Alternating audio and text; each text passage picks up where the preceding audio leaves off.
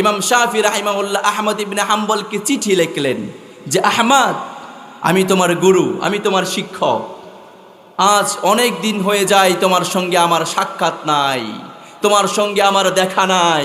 আহমদ, তোমাকে আমার বাড়িতে ইনভাইট করলাম, তোমাকে আমার বাড়িতে দাওয়াত করলাম, তুমি সুযোগ করে একদিন আমার বাড়িতে চলে আসো। চিঠি পাওয়ার পরে আহমদ ইবনে হাম্বল খুশি হয়ে গেলেন। চিঠির উত্তরে পাঠালেন ইমাম শাফির কাছে, ও আমার উস্তাদজি, ও আমার শায়েখ, আগামী মাসের এত তারিখ আপনার বাড়িতে আমি যাব। ইমাম শাফি খুশি হয়ে গেলেন। ইমাম শাফি খুশি হয়ে তার সন্তানকে ডাকলেন।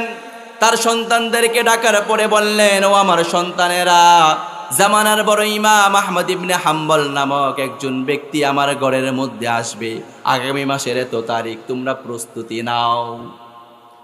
ইমাম শাফি রাহিমাহুল্লাহর সন্তানেরা প্রস্তুতি নিতে লাগলেন।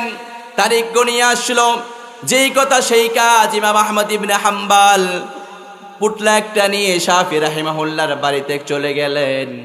তাকে আহলান সাহলান মারহাবা বলে তাকে ঘরের মধ্যে রিসিভ করলেন। এবার আহমদ ইবনে হাম্বল যেখানে শাফি রাহিমাহুল্লাহর ঘরের মধ্যে প্রবেশ করেছে, মাগরিবের নামাজ হয়েছে, এশারের নামাজের সময় হয়েছে। এশারের নামাজের যখন আজান হয়ে গিয়েছে, সবাই নামাজ পড়ে নিয়েছে। নামাজ পড়ার পরে আমাদের কাজ কি হবে? মোবাইল নিয়ে বসে যাওয়া। নামাজ পড়ার পরে কাজ কি হবে? চায়ের দোকানে বসে বসে গীবত করা। নামাজ পড়ার পরে আমাদের কাজ হবে খাবার দাবার খেয়ে তাড়াতাড়ি করে ঘুমিয়ে যাওয়া, যেন ফজরের নামাজ কাজা না হয়।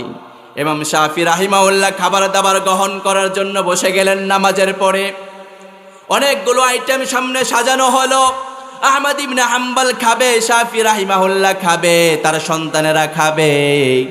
এবার শাফি রাহিমাহুল্লাহ তার সন্তানকে ইশারা দিয়া বললেন, আহমদের প্লেটের মধ্যে খাবারগুলো তুলে দাও। আহমদ ইবনে হাম্বলের প্লেটের মধ্যে খাবারগুলো তুলে দেওয়া হচ্ছে।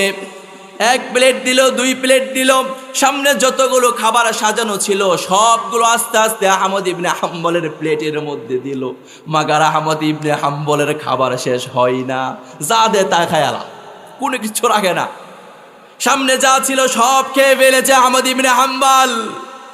এবারে শাফি রাহিমাহুল্লাহ বড় ইমাম, জগৎ বিখ্যাত ইমাম, তার সন্তানেরা তো ইসলামের জ্ঞান রাখে, ইলমে ওহীর জ্ঞান অর্জন করেছে, তারা তো জানে খাবারের পদ্ধতি হলো কি, খালি রাখতে হবে পেটের একবার। আহমদ ইবনে হাম্বল পেট ভরে খাইল কেন? তাদের মাথার মধ্যে চিন্তা। তারা মুস্কি মুস্কি হাসে কিন্তু কিছু বলে না, কারণ বাবা আছে সামনে। কিচ্ছু বলে দমক আছে না নাই? কিচ্ছু বলে নাই, সব খেয়ে ফেলছে, সব শেষ। আহমদ ইবনে হাম্বল কিচ্ছু রাখে নাই, সব খেয়ে ফেলছে। এবার ঘুমানোর পালা, সবাই বিছানার মধ্যে যাবে।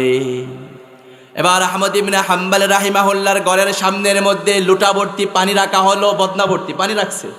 শাফি রাহিমাহুল্লাহ বলল যে আমার ছাত্রের রুমের সামনে বদনা ভর্তি করে পানি রেখে দাও, সে যেন শেষ রাতে উঠে তাহাজ্জুদের সালাত পড়তে পারে। শাফি রাহিমাহুল্লাহর সন্তানেরা সেই কাজ করলো, রেখে আসলো ঘরের সামনে বদনা ভর্তি করে পানি, যেন শেষ রাতে উঠে কি করে? তাহাজ্জুদ পড়ে। তো রাত গনিয়ে গেল, গভীর রাত হয়ে গেল। পরের দিন ফজরের আজান হলো। ইমাম শাফি রাহিমাহুল্লাহ উঠলেন, তার সন্তানেরা উঠলেন নামাজ পড়ার জন্যে। দেখা যাচ্ছে ইমাম আহমদ ইবনে হাম্বল রাহিমাহুল্লাহর ঘরের দিকে তাকিয়ে, যেই ঘরের মধ্যে রাত্রি যাপন করেছে আহমদ ইবনে হাম্বল, সেই ঘরের দরজা বন্ধ। সেই ঘরের সামনে যে লুটাভর্তি পানি ছিল, যেমনি রাখা হয়েছে রাতের শুরুতে, এখনো আছে এমনি। খটকা লেগে গিয়েছে শাফি রাহিমাহুল্লাহর সন্তানদের মধ্যে। আই রে, আব্বার কাছে শুনলাম এ নাকি জগৎ বিখ্যাত ইমাম, এইনি জগৎ বিখ্যাত ইমাম, রাত্রে খাইলো তো খাইলো, সব খাইলো, কিচ্ছু রাখলো না। নিশ্চয় এই সারা রাত ঘুমাইছে, তাহাজ্জুদের নামাজটাও পড়ে নাই। যদি পড়তো, ঘরের সামনে বদনাবর্তী লুটা ভর্তি পানি ছিল, শেষ হয়ে যেত। বলে কেমন ইমাম বোঝা হয়েছে। তো ইমাম শাফি রাহিমাহুল্লাহর সন্তানেরা যখন কানাঘুষা শুরু করছে, ইমাম শাফি রাহিমাহুল্লাহ সেটা বুঝতে পারছে। এবার ফজরের নামাজের পরে আহমদকে ডাকছে, আহমদ এদিকে আসো। আহমদ আসছে, বলে এই অবস্থা কতদিন যাবত? বলে হুজুর কোন অবস্থা? বলে এই যে তাহাজ্জুদ ছেড়ে দাও, খাবারে বেশি বেশি করে খাও। কতদিন অবস্থা এটা? এবার আহমদ ইবনে হাম্বল রাহিমাহুল্লাহ ইমাম শাফি রাহিমাহুল্লাহর চেহারার দিকে তাকালে বললেন, ও আমার ইমাম, ও আমার শায়েখ, আপনি তো আমাকে এই শিক্ষা দেন নাই। তাহলে শোনেন, যে বিষয় নিয়ে আপনার মধ্যে খটকা লেগে গিয়েছে সেটার উত্তর আমি দিয়ে দিচ্ছি।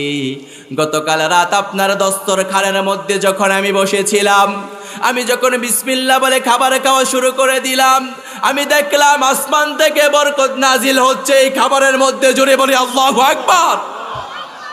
আমি দেখলাম আসমান থেকে বরকত নাজিল হচ্ছে। আমি যখন খাবার শুরু করলাম তখন চিন্তা করলাম, প্রয়োজন হলে আগামী 15 দিন না খেয়ে থাকবো, এরপরেও এই বরকতের খানা ছাড়বো না।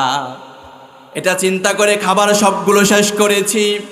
এবার শুনে নাও আমার শায়েখ, রাত্রিবেলা তাহাজ্জুদের নামাজ আপনি মনে করেছেন আমি পড়ি নাই, আমি নিশ্চয়ই পড়েছি।